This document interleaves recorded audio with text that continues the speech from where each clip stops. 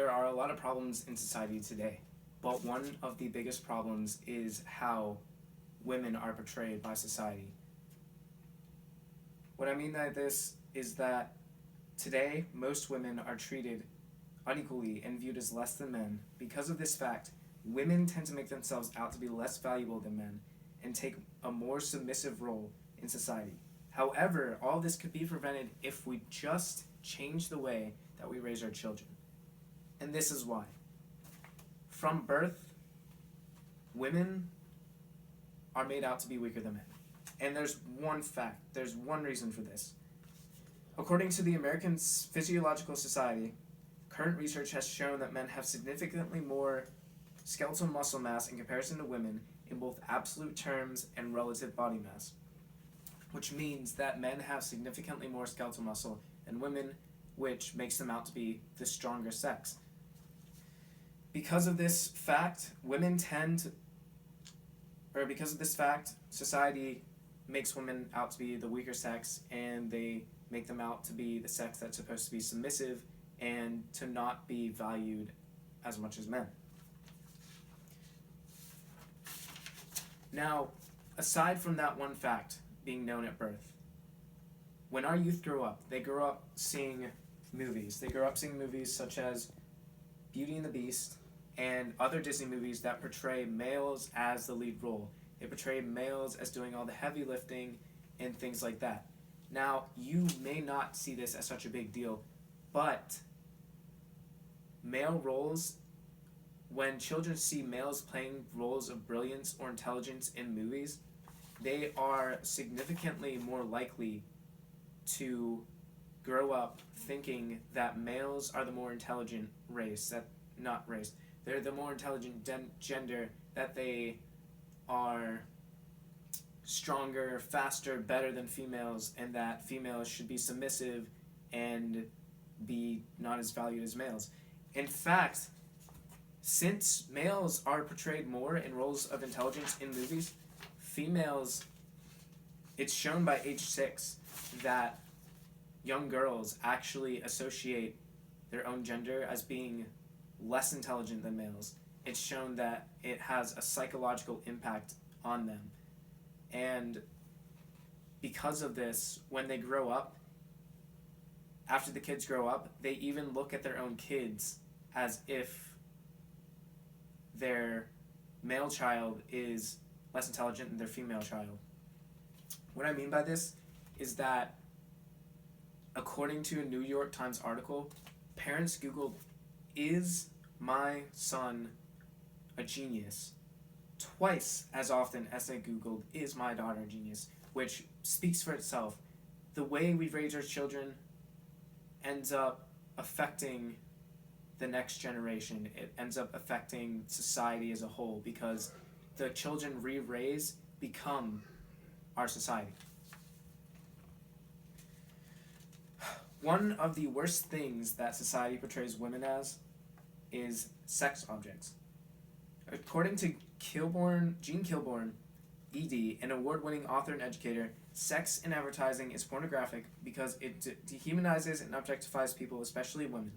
This is basically saying that when women are portrayed in advertisements as sex objects, it hurts them. When a woman is portrayed as a sex object in an ad, it not only objectifies them, but it portrays them as a submissive being who does not really want to say no, that doesn't really mean no when she says it, that is supposed to be submissive to men and always want something from a man. When a young woman sees ads like this, it has an impact on them and their self-worth. They begin to see themselves as less than what they truly are. So all this is evidence in a classroom setting. You can go into lots of classrooms across the US and it will be male dominated. Males will raise their hands significantly more often than females do. This is because of the fact that males feel as if they should be the dominant ones and females think they should be the submissive ones.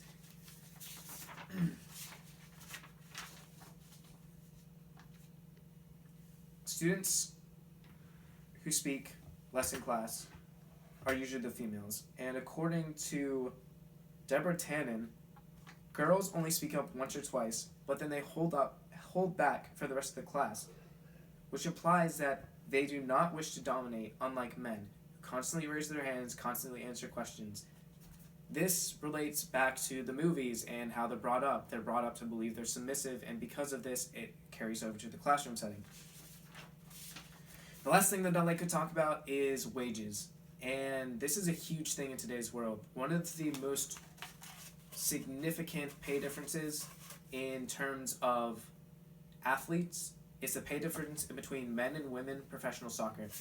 Women who make the according to PBS News, men who make the World Cup roster get $75,000, while women only receive $15,000. The difference there, $60,000. If that's not enough, then just listen to the next thing that I'm about to tell you. If men reach the round of 16 teams in the World Cup, they make $3.6 million. You know how much women make if they make it to the round where it's 16 teams? $0. That's $3.6 million less than men make, and all because it's women's soccer and not men's soccer. If that's not unjust, if that's not twisted and sick, then I don't know what is. The pay gap difference doesn't just end there, it also carries over to the office setting.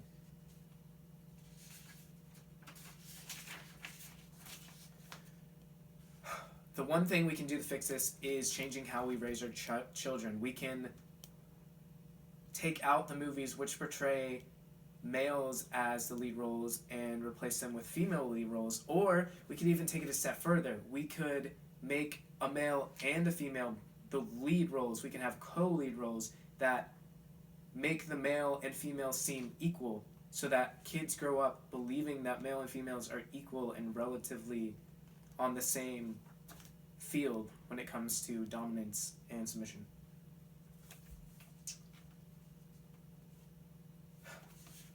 Another change that could be made is letting females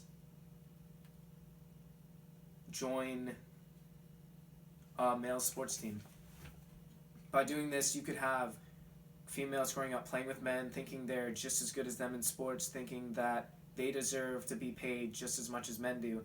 And then you have men respecting women because you now have women playing with men on the same playing field, on the same level playing field, and you have them respecting them and feeling like they are their equals because they're playing the same sport with them. They can't say, well, oh, that's just a women's sport. They're all playing against other women. Like, it's not the same thing as playing against men because men are better. Well, you don't have professional women's soccer players playing against males. You don't know that for certain.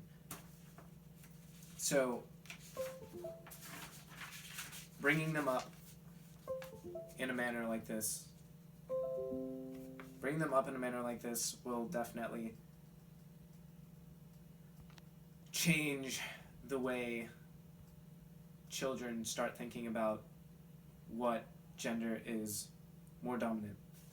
The reason I know this is because recent research, according to factsforlife.com, recent research confirms that for the first 5 years of a child's life, it's particularly important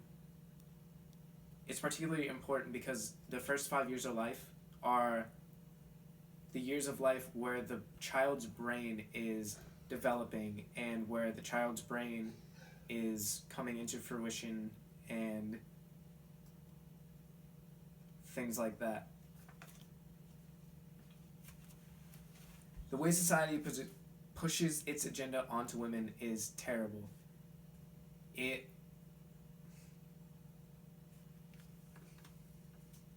Women cannot go a single day without feeling the weight of society on their backs.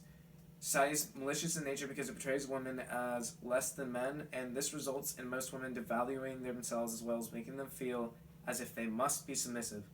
It is not acceptable in any way to treat a woman less than a man, and it is truly a tragedy that society has an agenda such as this. Women need a change. Society needs a change. Society needs to recognize that a world like this is not a fair and just one when it comes to the treatment of women. A world like this is gruesome and despicable, and the only way it will progress is if everyone vehemently pushes the desperate need for change in how parents raise their children.